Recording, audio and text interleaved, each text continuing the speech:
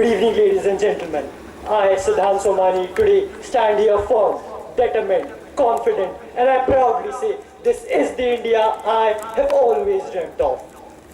India is a cradle of human race, the birthplace of human speech, the mother of history, the grandmother of legend, and the great-grandmother of tradition.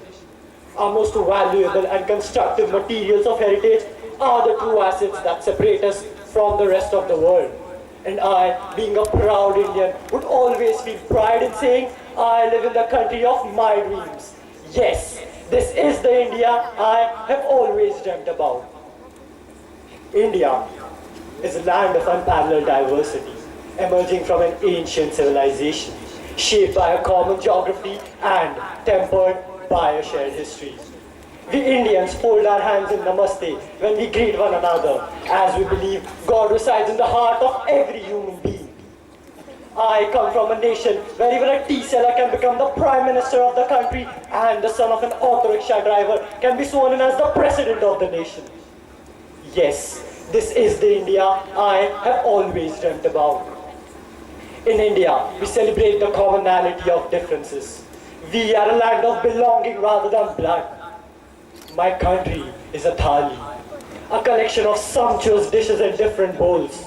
One may not mix with the next, but they ultimately combine on your palate to produce a satisfying repast. In India, we have around 5,600 different newspapers, 35,000 different magazines in over 30 different languages, with a combined readership of more than 12 million people. A number more than the population of many countries.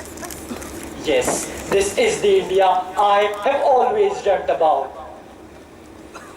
People may argue that is this really the India that I've dreamt about? But I today stand here firm and I proudly say yes, my dear friends, this is the India that we have always dreamt about. History proves how India's education system has pioneered the world's greatest inventions. We have the best medical institutes in the world. We have the best technological institutes of the world. India has islands of excellence floating in the sea of mediocrity. A place where high quality education is imparted. People get to work in the best institutes of the world is my country, India. The best example of our scientific advancement is the Indian Space Research Organization. The Indian Space Research Organization was able to successfully launch 104 satellites in one single flight. Yes, you heard me right, 104 satellites in one single flight. And out of the 104 satellites launched, 101 satellites were from foreign origin, including countries like the United States, United Kingdom, Russia, and Germany. Thanks to ISRO, India became the first country in the world to successfully reach Mars in its first attempt with a nominal budget of 450 crore rupees, an amount less than the budget of the entire Hollywood film Gravity. Yes, this is the India I have always dreamt about. People walk on the very land of this country, breathe in the air of safety and security, depend upon the rights of life and speech given by this country, and then they try to highlight the very disadvantages of the same country? Ironic, isn't it? India, my dear friends, is not its problem. Rather, India is its people. India is their love. India is their passion. India is their sacrifice. India is their patriotism, and above all, India is the pride of its people. India shaped my mind, anchored my identity, influenced my beliefs, and made me who I am. India matters to me, and I would like to matter to India by saying this is the India I have always dreamt about. People may stand and argue about the women being brutally raped in my country, giving the worst examples of Nirbhaya, but let me remind you people, India is also the only country in the world where a woman is referred to as Shakti, and she is praised for prosperity and education. Our own Defense Minister Nirmala Sitharaman is a woman. We have women in the Indian Army.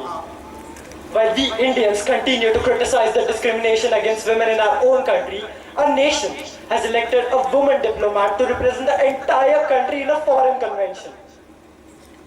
Yes, in my dream country, India, women can match their shoulders with men in every sphere of their life because my dream country, India, has given them this right.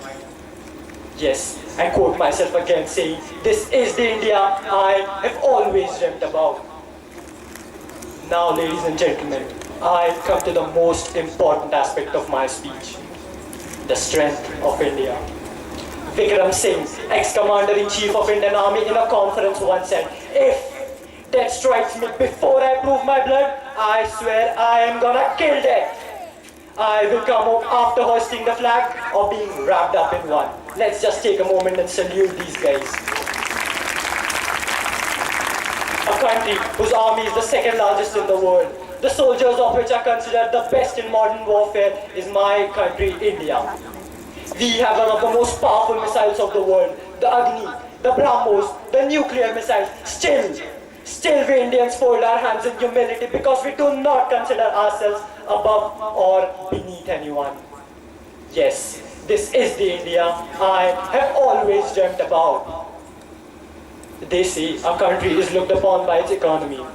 A country suppressed economically under the British rule rises up today firm, determined to be one of the most powerful economies of the world, is not only worthy of mentioning, but another feather in our cap.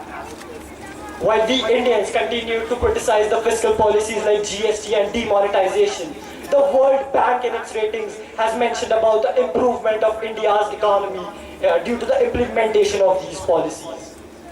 According to one of the stats provided by the USDAR, the Indian economy would grow to an average of 7.4% to almost 7 trillion, making India the third largest economy of the world by the year 2035. Yes, this is the India I have always dreamt about. People argue that more than 3 crore cases are pending in India, but no one cares for the remaining crores of cases solved by the court. Justice given to people. Still, in my country, whenever there is a fight between two people, you always hear them saying, I will see you in the court. Why is that? Because people still believe in the judicial system of India. They know if the government won't help them, if the police won't help them, the court will help them. Yes, the court will help them. India has been born and reborn scores of times, and it will be reborn again. No one looks at the positive sides before mentioning about the negative ones.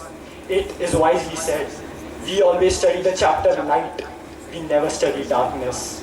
We always study the chapter heat, we never study cold.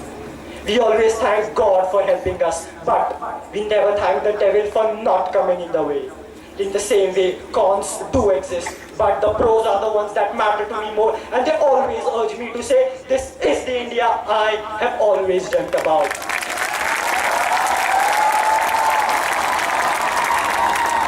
India, ladies and gentlemen, has been born and reborn scores of times, and it will be reborn again. India is forever and forever being made.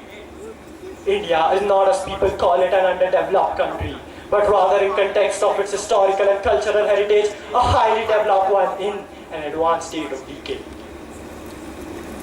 While our own politicians continue to divide us on the basis of religion, race, caste, etc., we Indians have proved our unity even at the times of crisis, may it be the devastating floods in Uttarakhand or the recent rainfall in Mumbai.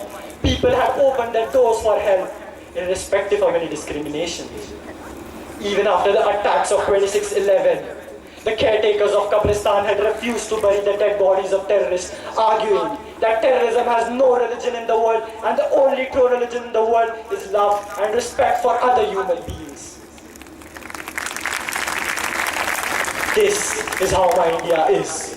This is how its people are, and this is how their values are.